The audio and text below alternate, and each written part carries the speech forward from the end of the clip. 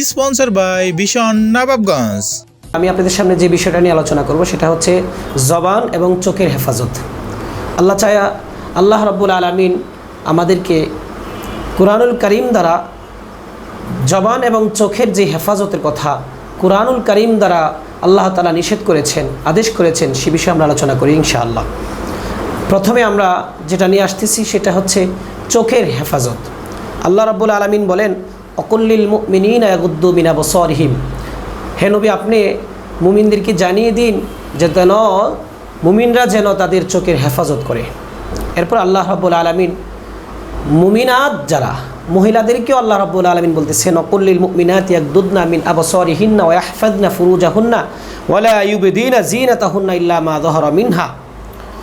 এরপর আল্লাহ রাব্বুল আলামিন মুমিন নারীদেরকে বলতেছেন মুমিন নারীরা যেন তাদের চোখের হেফাজত করে, কেননা তারা যেন তাদের দৃষ্টি অবনত রাখে এবং তাদের লজ্জাস্থান হেফাজত করে এবং নিজেদের ভূষণ অন্যদের কাছে প্রকাশ না করে, যা আপনি প্রকাশ পায় তাছাড়া, এবং তারা যেন তাদের ওড়নার আঁচল নিজ বক্ষ দেশে নামিয়ে দেয় এবং নিজেদের ভূষণ যেন স্বামী, পিতা, শ্বশুর, পুত্র, স্বামীর পুত্র, ভাই, ভাতিজা, বাগিনা, এরপরে আপন নারীগণ যারা নিজেদের মালিকানাধীন, যৌন কামনা নেই এমন পুরুষ খেদমতগার এবং নারীদের গোপনীয় অঙ্গ সম্পর্কে অজ্ঞ বালক ছাড়া আর কারো সামনে প্রকাশ না করে।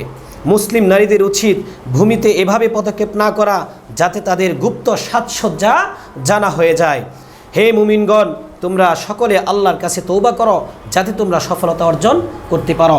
অন্য আয়াতে আল্লাহ রাব্বুল আলামিন বলেন যে হে মুমিনগণ, আয-যানিয়াতু ওয়াজ-যানি ফাজলিদু কুল্লা ওয়াহিদিন মিনহুমা মিআতা জালদা।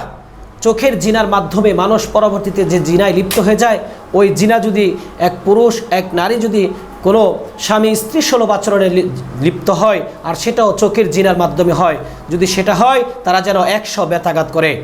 এজন্য আমরা যেন এই চোখের জিনা থেকে বেঁচে থাকতে পারি। আল্লাহ তাআলা আমাদের সকলকে হেফাজত করুন, বলেন আমিন।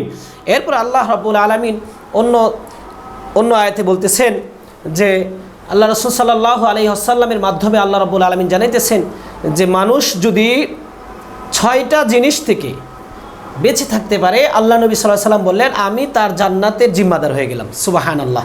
6টা জিনিস কি কি? 1 নাম্বার হলো আল্লাহ রাসূল সাল্লাল্লাহু আলাইহি ওয়াসাল্লাম বললেন যে তোমরা কথা বলার সময় মিথ্যা কথা বলা থেকে জবানকে হেফাজত রাখবে। 2 নাম্বার কাজ হলো যখন তোমরা ওয়াদা করবে, ওয়াদা তো মানুষ জবান দিয়েই করে, এই জবানের ওয়াদা যেন রক্ষা করে। 3 নাম্বার হচ্ছে তোমরা যখন তোমাদের কাছে কোনো আমানত থাকবে ওই আমানতের খেয়ানত করবে না। 4 নাম্বার কাজ হচ্ছে তোমাদের হাতকে সংযোজন রাখবে, এই হাত যেন অন্যায় কাজে না যায়, এই হাত দিয়ে যেন চুরি, এই হাত দিয়ে যেন অন্যায়ভাবে কারো প্রতি আঘাত না করে, এই হাতকে সংযোজন রাখতে হবে। 5 নাম্বার হচ্ছে তোমরা তোমাদের চোখকে সংযোজন রাখবে। আল্লাহ রাব্বুল আলামিন বলতেছেন, আলাম নাজআল লাহু আইনাইন, আমি কি তোমাদেরকে 2টি চোখ দান করিনি? আল্লাহ রাব্বুল আলামিন এই 2টি চোখ দিয়ে বলতেছেন আমি তোমাদেরকে 2টি চোখ দিয়েছি। দেখো কত মানুষ আছে 2টি চোখ ছাড়া তার সব কিছু আছে কিন্তু সে অন্ধ, পৃথিবীর কোনো কিছু সে দেখতে পায় না। সুতরাং তোমাদেরকে যে চোখ 2টি দিয়েছি এই চোখ দিয়ে তোমরা কুরআনুল কারীম তেলাওয়াত করো, অপর নারীর থেকে নিজের চোখকে হেফাজত রাখো এবং জিনা হবে এরকম কোনো কাজের দিকে তোমার চোখকে ব্যবহার করো না। কারণ আল্লাহ রাব্বুল আলামিন আলাম নাজআল লাহু আইনাইন দ্বারা বলতেছেন আমি কি তোমাদেরকে 2টি চোখ দেইনি যে আমি আল্লাহ রাব্বুল আলামিনের কোরআন তেলাওয়াত করবে, আমি আল্লাহ রাব্বুল আলামিনের আজান হবে, মসজিদের আজান হবে আর তুমি চোখ দিয়ে দেখে দেখে মসজিদে যাবে। আমি কি তোমাদেরকে চোখ দেইনি যে কুরআনুল কারীমের তেলাওয়াত করবে, তাফসীর পড়বে, শুনবে? এরপরে আল্লাহ রাব্বুল আলামিন আমাদেরকে জানাচ্ছেন যে বান্দা আমি তোমাকে 2টি চোখ দিলাম, এই চোখের পাওয়ার কি জানো? যে আল্লাহ রাব্বুল আলামিন বলতেছেন এই চোখের মধ্যে এক একটা চোখের মধ্যে আল্লাহ 26 কোটি ক্যামেরা ফিটিং করে দিয়েছে। এক একটা চোখ বলে দিচ্ছে যে এটা অমুক, এটা তমুক, এটা এই জিনিস, সেটা সে জিনিস। চোখ মুহূর্তের মধ্যে অনেকগুলো জিনিসের কথা বলে দিচ্ছে আর পৃথিবীর মানুষ এই চোখের কদর করে না। আসুন ভাই আমরা এই চোখ দিয়ে যেন কোনো পর নারীর দিকে না তাকাই, কোনো অশ্লীল কাজ যেন আমরা এই চোখ দিয়ে না দেখি, কারণ আল্লাহ রাব্বুল আলামিন এই চোখেরও হেফাজত করার জন্য আদেশ করেছেন। এরপর আল্লাহ রাসূল সাল্লাল্লাহু আলাইহি ওয়াসাল্লাম বলেন চোখের জিনা হলো, রাসূল সাল্লাল্লাহু আলাইহি ওয়াসাল্লাম বলেন চোখের জিনা হলো পর নারীর দিকে খারাপ দৃষ্টিতে তাকানো ও হারাম জিনিস দেখা। রাসূল সাল্লাল্লাহু আলাইহি ওয়াসাল্লাম বলেন যে ব্যক্তি কোনো পর নারীর দিকে খারাপ দৃষ্টিতে তাকালো হাসরের দিন তার চোখের মধ্যে গরম সীসা ঢেলে দেওয়া হবে।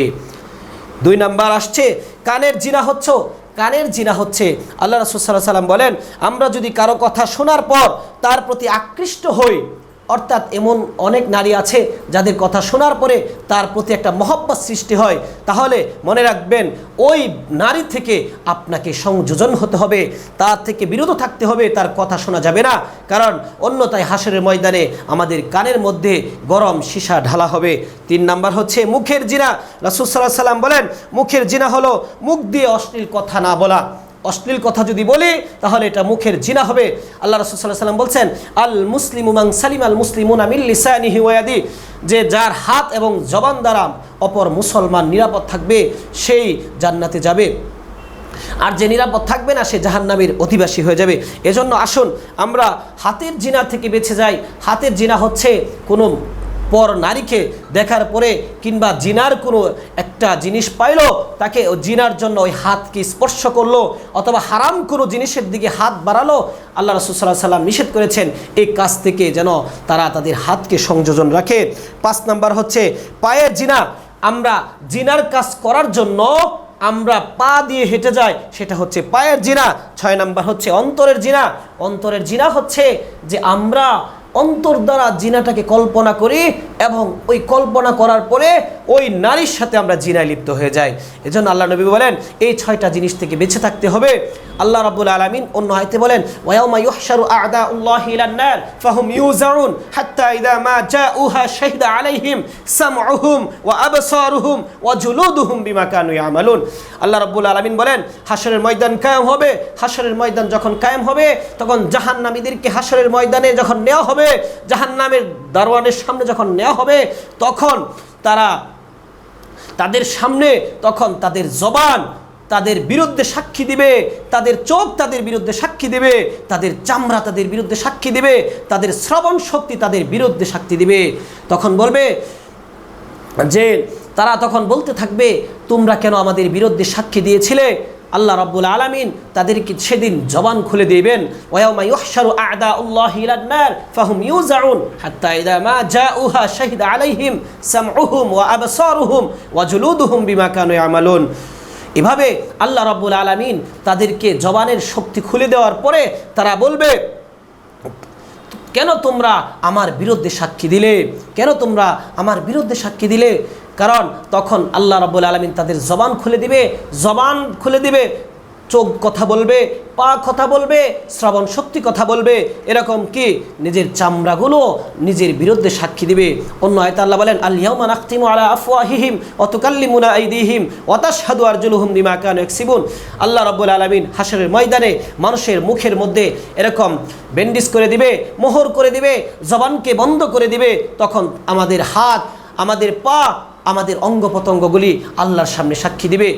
অন্য আয়াতে আল্লাহ বলেন ইয়ালামুনা মা তাফআলুন কিরামান কাতিবিন ইয়ালামুনা মা তাফআলুন। আল্লাহ রাব্বুল আলামিন 2 জন ফেরেশতা নিযুক্ত করেছেন, আমরা যা বলি যা করি সব কিছু লিপিবদ্ধ হচ্ছে। অন্য আয়াতে আল্লাহ বলেন ওয়াকুল্লা শাইইন আহসাইনাহু কিতাবা, তোমাদের সব কর্মগুলি একেবারে স্পষ্ট কিতাবের মধ্যে লিপিবদ্ধ হচ্ছে। এজন্য ভাই আসেন জবানকে হেফাজত করি, চোখকে হেফাজত করি। আম্মাজান আয়েশা রাদিয়াল্লাহু আনহার সময় এক মুনাফিক সবচাইতে বড় এমন একটা অপবাদ দিয়েছিল যে আম্মাজান রাদিয়াল্লাহু আনহা 1 মাস পর্যন্ত কান্না করেছেন।